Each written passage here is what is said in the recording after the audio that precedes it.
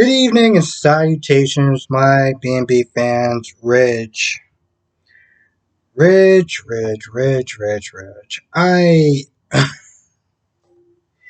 know what? I really shouldn't be surprised how Rich reacted towards this whole thing. Rich reacted the same way any man that simps for his girl, his wife, whatever, would sit there and react. He blames the whole damn thing on Deacon. I sat there and I was like, your girl just told you that she kissed another man and she wound up in bed with him. I mean, yeah, of course, he was on top of the covers and everything like that, so, it doesn't count. What does Deacon and what does Rich do?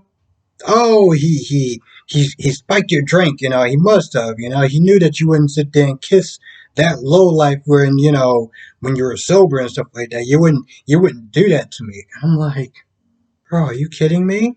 You are doing literally what your kids predicted you to do. And that's sad. That's sad because you got Steffi that's pretty much like, yo, listen, he's gonna sit there and defend her right to the end. When Taylor was sitting there saying that, he was in disbelief and, he just really couldn't hear it, Steffi was like, yep, typical. And Thomas came in, he chimed in for a little bit, but it was mostly Steffi. And one of the things that Steffi said was that Rich did try to warn her. Rich did warn her. Listen, he's going to sit there and suck you back in that life. You're going to sit there and fall prey to him and this, that, and the third. Now, that's obviously not exactly what wound up happening, but the results was pretty much the same.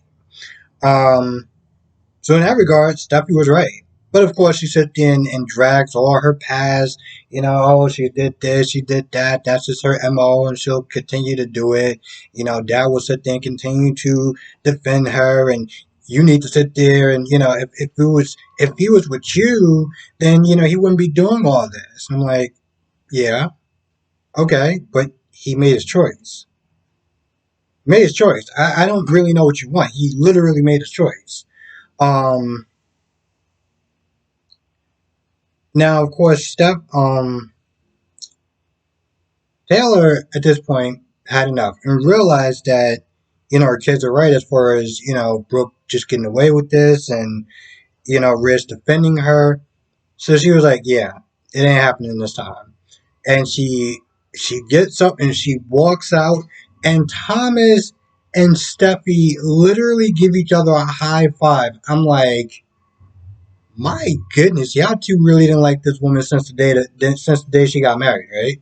Since the day that your father said "I do," y'all been waiting for this day. Y'all must have been waiting for this whole day. Um, and it happened.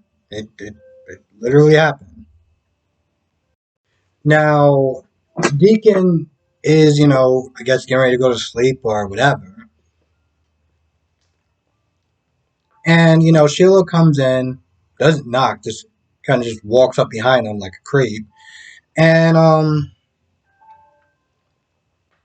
Deacon is like, listen, I'm also tell you because you're gonna sit there and hear this anyway. And she tells Sheila everything: the kiss, the sleeping over, the drinking, all of it. Of course, she knew about the drinking, but still. So at this point, Sheila is doing what Sheila normally does.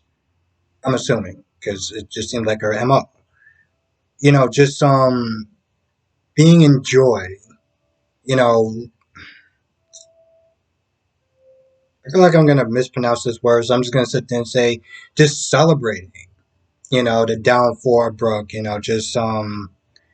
Just being really excited about it. Um, and Deacon's like, no, that's not cool. You're practically kicking her when she's down. But Sheila's like, she had her reasons. Brooke was mean to her, said a bunch of mean comments, been doing that for years. So now, she's finally got her quote unquote comeuppance. So, you know, she couldn't be more ecstatic about the whole thing. So it made her day. Now, on the other side, after Ridge finds out about this whole thing and blames Deacon for practically everything, um, he's like, you know what? Listen, I'm just gonna get some air, just clear my, clear my head or whatever. I'm gonna make this right. And I'm like,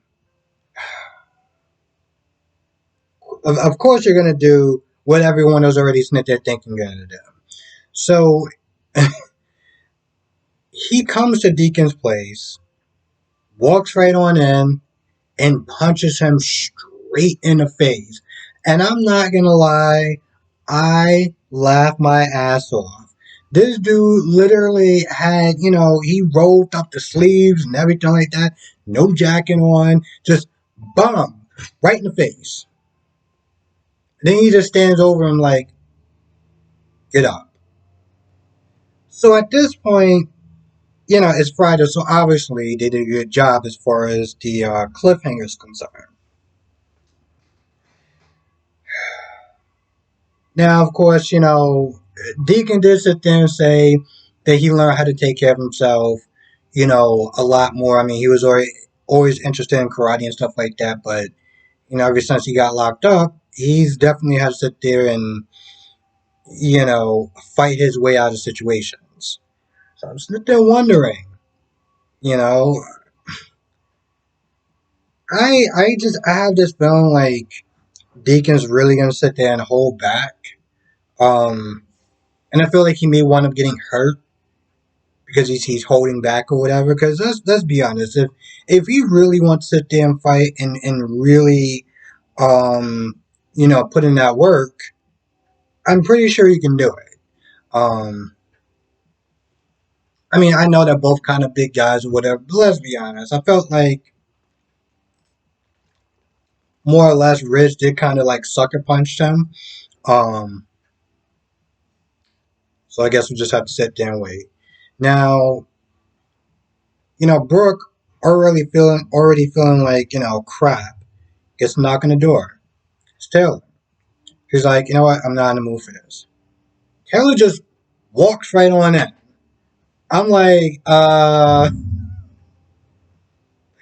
first you have your daughter that's just walking the house, acts like she just owns the place, and now Taylor's doing the same thing. So that's awesome. So she comes in there and she's like, I know what you did.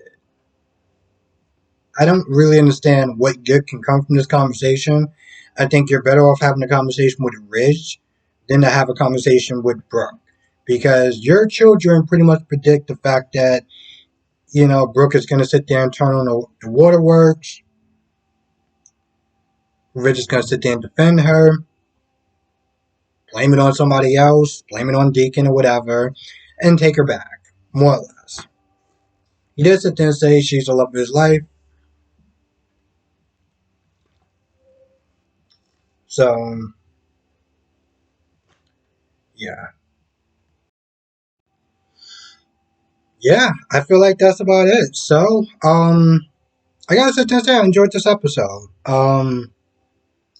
This is definitely an interesting show because when it's slow, it's slow. Like when they need to sit there and kind of slow things down or stretch things out, they definitely do it, and it's just so obvious. Um, but it's also one of those, it shows also one of those things where it gets going, it really gets going. Um, I just kind of wish that Y&R would kind of follow suit, seeing how they're, in the same universe. So yeah, with that being said, I'm gonna go. I want to thank everyone for watching. Be safe. Let me know what your thoughts are in the comment section below, and I will see you in the next video.